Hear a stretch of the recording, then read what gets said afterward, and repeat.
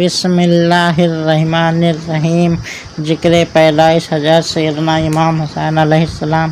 لقب آپ کا سید اور شہید اور سید الشہداء اور سبط اصغر اور کنیت ابو عبداللہ تھی۔ مدینہ منورہ میں شعبان کی 5ویں تاریخ سن 4 ہجری میں پیدا ہوئے تھے اور 6 مہینے اپنی والدہ ماجدہ خاتون جنت فاطمہ سلام اللہ تعالیٰ علیہ کے شکم مبارک میں رہے۔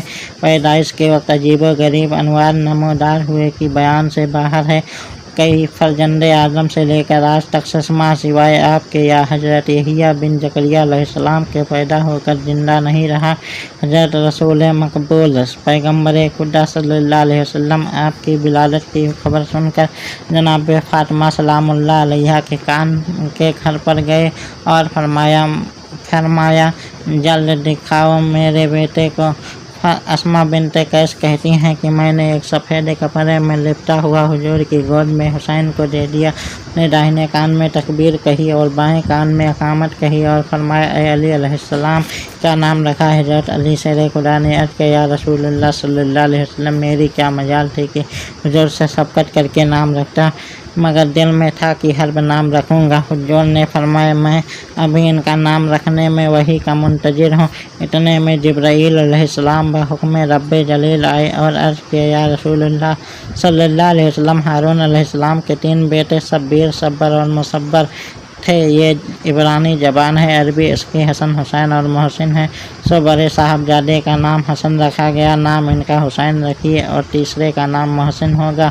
آپ نے ان کا نام حسین رکھا اور 7ویں دن 2 مہروں سے عقیقہ کیا اور بقدر میسر چاندی خیرات کی۔ اے مومنو و سبط رسول خدا حسین، اے مومنو و سبط رسول خدا حسین، دل بند فاطمہ کا خلف مرتضیٰ حسین، دل بند فاطمہ کا خلف مرتضیٰ حسین۔ پیارا تھا ایسا بیشتر کبریا حسین، پیارا تھا ایسا بیشتر کبریا حسین، پیدا ہوا جہاں میں جو صلی علی حسین، پیدا ہوا جہاں میں جو صلی علی حسین۔ مادر ملی بطول سے گودی کھلانے کو، مادر ملی بطول سے گودی کھلانے کو، جبرائیل آئے عرش سے جھولا جھلانے کو، جبرائیل آئے عرش سے جھولا جھلانے کو۔ مدارج النبوت میں لکھا ہے کہ فرمایا رسول خدا صلی اللہ علیہ وسلم نے کہ جب تم سوال کرو، اللہ نے میرا وسیلہ دے کر سوال کیا۔ لوگوں نے دریافت کیا یا رسول اللہ آپ کے ساتھ اور کسی کا وسیلہ بھی دیا کرے۔ فرمایا میرے اہل بیت کا اور اصحاب کا وسیلہ دیا کرو کہ وہ افضل ترین ہیں، تمام مخلوق سے نزدیک اللہ کے ہیں۔ روایت ہے کہ حضرت امیر المومنین ابو بکر صدیق رضی اللہ عنہ سے کہ ایک بار حضرت محمد رسول صلی اللہ علیہ وسلم ایک خیمے کے اندر تکیہ لگائے بیٹھے تھے۔ آپ کے پاس حضرت علی علیہ السلام، حضرت فاطمہ سلام اللہ علیہ اور حضرت حسن علیہ السلام اور حضرت حسین علیہ السلام بیٹھے تھے۔ جملہ جانثاران خیمے کے باہر کھڑے تھے۔ اس وقت آپ صلی اللہ علیہ وسلم نے بآواز بلند فرمایا اے مسلمانوں میں صلح کروں گا اس سے جو اہل خیمہ سے صلح رکھے گا، اور لڑوں گا اس سے جو لڑے گا، ان سے دوست ہوں اس کا جو دوستی رکھے گا ان سے، اور ان کو وہی دوست رکھے گا جو محبت رکھے گا مجھ سے اور اپنے خدا سے۔ اے محبان اہل بیت، ذکر کرنا اولاد رسول اللہ صلی اللہ علیہ وسلم کا ذریعہ نجات ہے۔ جو شخص اس محفل متبرکہ میں آ کر شریک ہوتا ہے، کثرت سے درود شریف پڑھتا ہے، اللہ پاک اس کے تمام مقاصد دلی پوری کرتا ہے۔ اے عزیزو، آج اولاد جگر گوشہ بطول کا ذکر بلند ہوتا ہے۔ جو شخص آپ کی محبت میں روتا ہے گویا وہ اپنے گناہ اور بے رحمت سے دھوتا ہے۔ انسان کی کیا طاقت ہے جو فضیلت اور بزرگی اس محفل اقدس کی بیان کرے۔ غزل یہ محفل ہے خاص آج آل ابا کی، یہ محفل ہے خاص آج آل ابا کی، برستی ہے رحمت یہاں کبریا کی، برستی ہے رحمت یہاں کبریا کی۔ جو منکر ہوا اس پر لعنت خدا کی، جو منکر ہوا اس پر لعنت خدا کی، جو آوے یہاں اس پہ رحمت خدا کی، جو آوے یہاں اس پہ رحمت خدا کی۔ نبی کو نبوت، علی کو شجاعت، نبی کو نبوت، علی کو شجاعت۔ حسین ہم نے تم کو شہادت عطا کی، حسین ہم نے تم کو شہادت عطا کی۔